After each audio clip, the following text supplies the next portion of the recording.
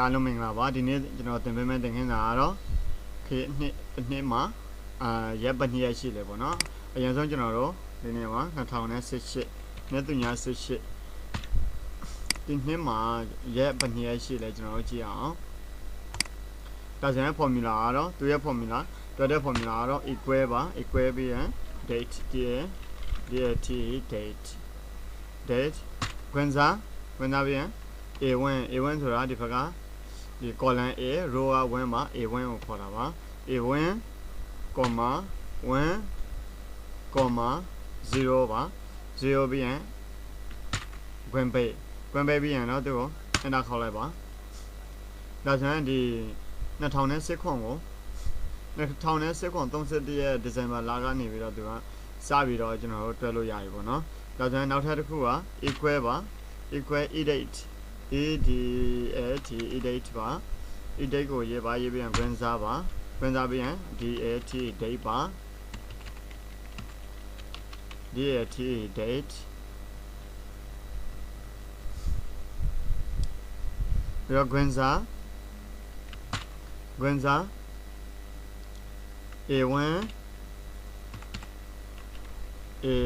A1 comma 1ကိုထည့်ရေးပါ comma 0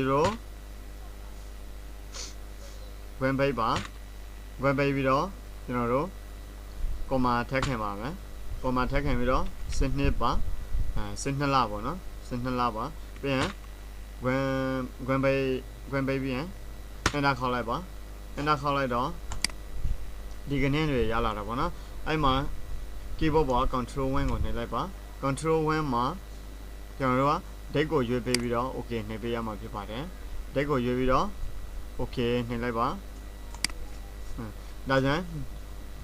2010ခွန်ကနေ2018ကိုနေပြီးတော့ကျွန်တော်တို့ရရှိတော့ရဖြစ်ပါတယ်နောက်ထပ်တစ်ဆင့်ကျွန်တော်တို့တော့ဖို့အတွက်ဒီကောင်ကို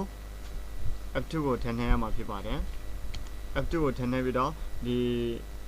equal sign ရဲ့နောက်ကအကုန်လုံးကိုကျွန်တော်တို့က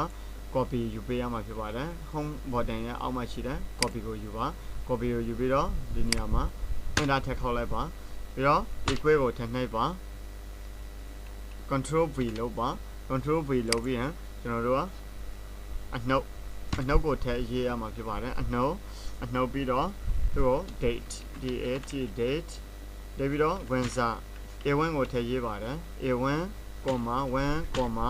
0ကိုထည့်ရေးပါတယ်ပြီးတော့ဝင်ပေးပြီးတော့ enter ထည့်ခေါက်လိုက်ပါ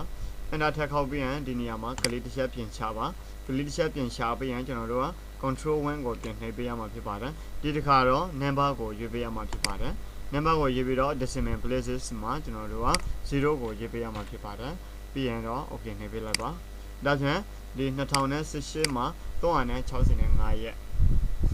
365ရက်ဖြစ်ပါတယ်ဒီလို2018မှာ365ရက်ဆိုတော့ကျွန်တော်တို့2019မှာဘယ်နှစ်ရက်လဲတွက်ကြည့်အောင်365ရက်ပါ2016မှာကြတော့ဘယ်နှစ်ရက်လဲကျွန်တော်တို့တွက်ကြည့်အောင်366ရက်ကဲဒါဆိုရင်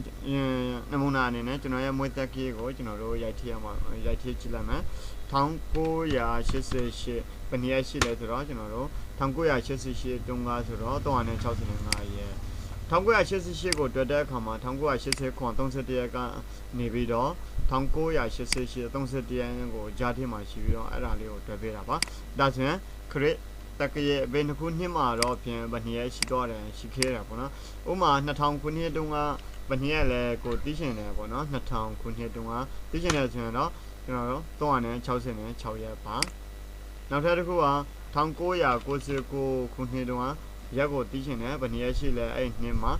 ဒါဆိုရင်ရိုက်ထည့်ပြီးတော့ enter ထပ်ခေါက်ပေးလိုက်လို့ရှိရင်365ရက်ဆိုရင်365ရက်366ရက်ဆိုရင်366ရက်ဆိုပြီးတော့ကျွန်တော်တို့ကိုသိချင်တဲ့နှစ်တစ်နှစ်ရဲ့အတိအကျကိုသိရပါတယ်ဘယ်နှစ်ခုနှစ်မှာပြင်ဘယ်နှစ်ရက်ရှိလဲဘယ်နှစ်ခုနှစ်မှာပြင်ဘယ်နှစ်ရက်ရှိလဲဆိုတာကိုဒီနေ့စနစ်အတိုင်းကျွန်တော်တို့တွက်ပေးလို့ရပါတယ်ကဲအားလုံးပဲကျေးဇူးတင်ပါတယ်ဒီသင်ခန်းစာလိုက်လုပ်လို့အဆင်ပြေလိမ့်မယ်လို့မျှော်လင့်ပါတယ်